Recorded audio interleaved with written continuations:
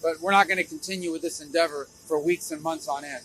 So we need to determine very quickly now, and I'm talking about in a matter of days, whether or not this is doable over the next few weeks. If it is, we're in.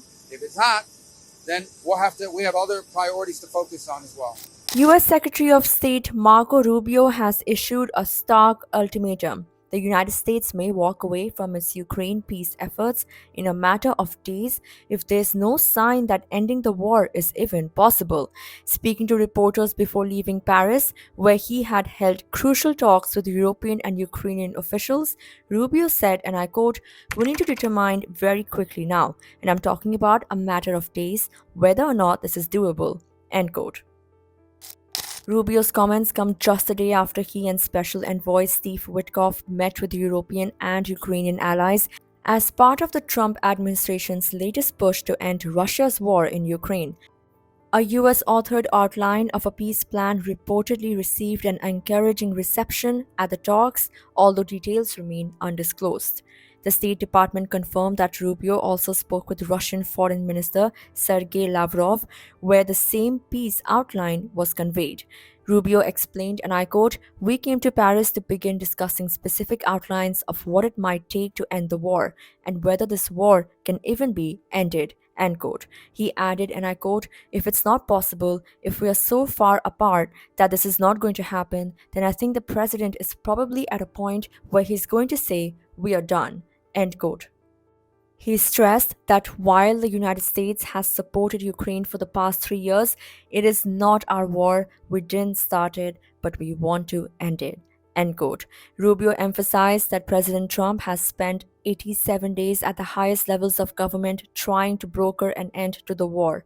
Now, he said, the US is reaching a decision point.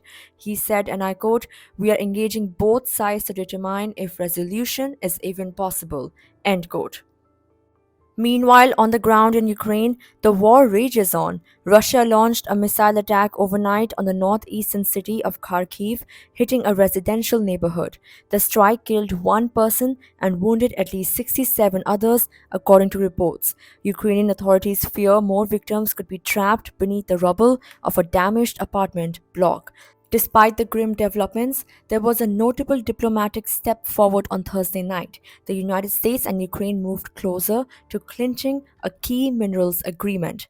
Ukrainian Economy Minister Yulia Sviridenko announced the signing of a memorandum of intent with the US, a step toward an economic partnership agreement and the creation of an investment fund for the reconstruction of Ukraine. In a post on X, she called the memorandum the result of professional work by negotiating teams and noted that the final agreement is still being drafted with the ratification by parliaments to follow. She added, and I quote, "There's a lot to do, but the current pace and significant progress give reason to expect that the document will be very beneficial for both countries." End quote. This push comes after an earlier version of the minerals deal went unsigned in February following a public spat between President Trump and Ukrainian President Zelensky. Since then, both sides have resumed negotiations with Ukrainian and US Treasury officials meeting in Washington this week to hammer out the details. Stay tuned for more updates.